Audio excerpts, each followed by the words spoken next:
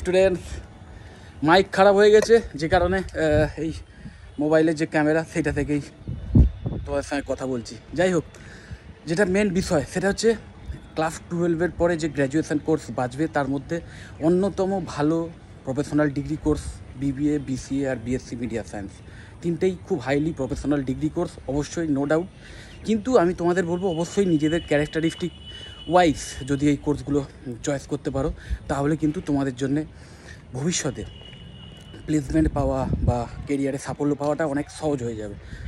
So প্রথমেই আমি বলে দিই বিসিএ কাদের জন্য। বিসিএ হচ্ছে বেসিক্যালি যারা কোডিং করতে ভালোবাসো, যারা প্রোগ্রামিং ল্যাঙ্গুয়েজ নিয়ে অলরেডি যাদের এক্সপিরিয়েন্স আছে, যাদের ক্লাস 12 অবধি বিভিন্ন হয়তো সাবজেক্টের মধ্যে হয়তো কোডিং ছিল সেই টাইপের স্টুডেন্ট, অথবা যারা নিজেদের ইনিশিয়েটিভ নিয়ে কোডিং প্র্যাকটিস করেছো বা শিখেছো, বিভিন্ন ট্রেনিং নিয়েছো, তাদের জন্য কিন্তু বিসিএ আইডিয়াল কোর্স। মানে শুধু ব্যাচেলার অফ কম্পিউটার অ্যাপ্লিকেশান এই নাম শুনে যদি ভাবো যে কম্পিউটারে নানা রকম অ্যাপ্লিকেশান নিয়ে কোর্সটা আছে আর হয়ে গেলেই আমি তারপরে আইটি সেক্টরে চাকরি পেয়ে যাব, এই ভুল ধারণায় থেকো না।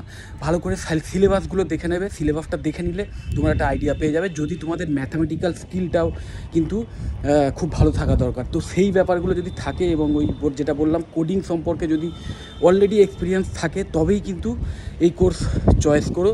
কারণ BCA is not a joke, যথেষ্ট মানে স্কিল ওরিয়েন্টেড একটি কোর্স, যেখানে তোমাদের কিন্তু টনস অফ কোডিং শিখতে হবে, প্র্যাকটিস করতে হবে, এবং সি++, জাভা, পাইথন এই টাইপের যে বা পিএইচপি এই টাইপের যে ল্যাঙ্গুয়েজগুলো যেমন শিখতে হবে, সেরকম ডেটাবেস ম্যানেজমেন্ট সিস্টেমসেরও পুরো খুঁটিনাটি কিন্তু এই কোর্সে শেখানো হয়। সো ভীষণভাবে প্রফেশনাল কোর্স, কিন্তু সেটা তখনই তোমার কাজে লাগবে, সেটা থেকে সেইগুলো শিখে তুমি তখনই প্রফেশনাল জায়গায় কাজে লাগাতে পারবে যখন তোমার সেই সমস্ত বিষয়ে অলরেডি ন্যাচারাল একটা ন্যাক আছে বা ইন্টারেস্ট আছে, তবেই কিন্তু, এবং সেই নিয়ে যদি অলরেডি স্কিল সেট থেকে থাকে তবেই কিন্তু কোর্সটা চয়েস করো। তো অবশ্যই সিলেবাস দেখে নিও, আমি অবশ্যই আমার এই ভিডিও ডেসক্রিপশান বক্সে এই সিলেবাস দিয়ে দেবো, তোমরা দেখে নিতে পারো। তারপরেই বলে দিই যে যাদের ধরো এই কম্পিউটার রিলেটেড কাজকর্ম করতে বেশি ভালো লাগে এবং বিভিন্ন এডিটিং সফটওয়্যার যেগুলো আছে, ফটোশপ, তারপর ধরো অ্যাডোব প্রিমিয়ার প্রো বা বিভিন্ন যে ইলাস্ট্রেটর, বা ধরো বিভিন্ন সাউন্ড এডিটিং যে সফটওয়্যারগুলো আছে, বা বিভিন্ন অ্যানিমেশন ক্রিয়েট করার যে সফটওয়্যারগুলো আছে, এই টাইপের কাজগুলো যারা করতে ভালোবাসো কম্পিউটারে, তাদের জন্য কিন্তু আইডিয়াল কোর্স হচ্ছে বিএসসি ইন মিডিয়া সায়েন্স, ক্রিয়েটিভিটির কোর্স। এবং শুধু তাই নয়, তার সাথে সাথে জার্নালিজম বা মাস কমিউনিকেশনের খুঁটিনাটি কিন্তু এই কোর্সে শেখানো হয়। সো মিডিয়ার জগতে নিশ্চয়ই দেখেছো তোমরা, একটা নিউজ চ্যানেলে যখন টিভিতে এখন দেখানো হয়, দেখবে নিউজ চ্যানেলে যখন অ্যাঙ্কর কোনো খবর পড়ছে, দেখবে তাদের অফিসের পেছনে প্রচুর মানে এমপ্লয়ি বসে কম্পিউটারে বসে কাজ করছে। তারা কিন্তু ম্যাক্সিমাম মানে যারা বসে থাকে তারা সব বিভিন্ন ওই গ্রাফিক্সের কাজ করে বা বিভিন্ন মিডিয়া রিলেটেড অন্যান্য কাজকর্মগুলোই করে। তো সেই কাজের মধ্যেও কিন্তু তোমরা যোগদান করতে পারো যদি এই কোর্সটা কমপ্লিট করো। So fully career oriented course, এবং মিডিয়াতে শুধু নয়, যে কোনো এমএনসিতেও কিন্তু চাকরির ভালো সুযোগ থাকে, কারণ এই কোর্সের মধ্যে ডিজিটাল মার্কেটিং শেখানো হয়। তো ডিজিটাল মার্কেটিং একটা গেটওয়ে যে কোনো এমএনসিতে চাকরি পাওয়ার জন্য, কারণ মার্কেটিংটা এমন একটা ব্যাপার না, যেটা যে কোনো এমএনসি, যেটা আইটি সেক্টরে হতে পারে বা অন্য কোনো ম্যানুফ্যাকচারিং কোম্পানি হতে পারে, ছোটো বড়ো যে কোনো ইন্ডাস্ট্রিতে কিন্তু মার্কেটিংটা একটা বিশাল বড়ো পার্ট, এবং মার্কেটিংয়ের একটা সিংহভাগ অংশ এখন ডিজিটাল মার্কেটিং এই সেক্টরটা নিয়ে নিয়েছে। সো অবশ্যই যদি ক্রিয়েটিভিটির লাইনে যেতে চাও, যদি জার্নালিস্ট হতে চাও বা অ্যাঙ্কর হতে চাও বা মিডিয়ার অন্যান্য কোনো কাজকর্মের সঙ্গে নিজেকে ভবিষ্যতে জড়িত করতে চাও, তাহলে অবশ্যই বিএসসি মিডিয়া সায়েন্স খুব ভালো কোর্স। এবং অবশ্যই এটারও সিলেবাস ডিটেলস তোমরা দেখে নিও, আমি দিয়ে দেবো এখানে। তারপরেই যে কোর্সটা সেটা হচ্ছে বিবিএ। বিবিএ হচ্ছে এমন একটা কোর্স যেটা অনেকেই ভাবে যে আর কোনো কোর্স মানে অন্য কোর্সগুলো একটু টাফ হয়ে যাবে, নর্মাল ব্যাচেলার অফ আর্টস নেবো না, এই কারণে যে শুনতে খুব মানে ফ্যাশনেবল লাগে না যে একটা বিএ পাস ছেলে এই টাইপের। তো আবার বিকম নেবো না কেন না, ম্যাথামেটিক্সে ভয় আছে, ওকে, সেই জন্য বিকম নেবো না।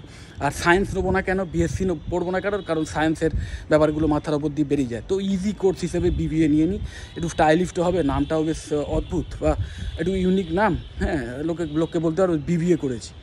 এই মেন্টালিটি নিয়ে যদি বিবিএ করো তাহলে বিবিএ করে কখনোই সাফল্য পাবে না। বিবিএ হচ্ছে তাদের জন্য যারা ভবিষ্যতে যে কোনো বিজনেস রান করানোর যে স্কিল সেটা শিখতে চায়, সেটা শিখতে চায়।